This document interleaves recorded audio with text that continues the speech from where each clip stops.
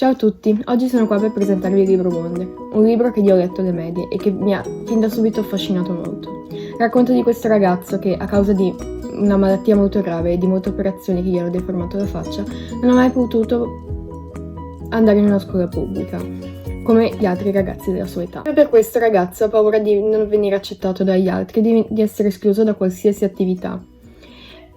Per questo il libro ci insegna che non bisogna fare così, che bisogna accettare gli altri per qualsiasi cosa, nonostante il loro aspetto fisico o qualche deformità. Pensando al libro mi viene in mente l'immagine dell'astronauta, perché questo è il sogno del protagonista, di diventarlo.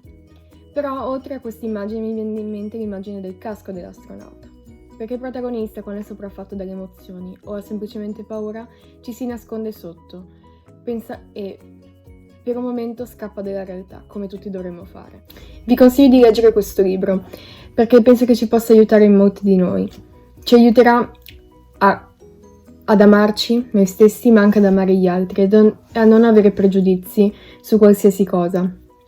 Quindi ricordatevi, non giudicate mai una persona dall'aspetto fisico, ma dal carattere, perché è quello che conta. È meglio essere belli dentro che belli fuori.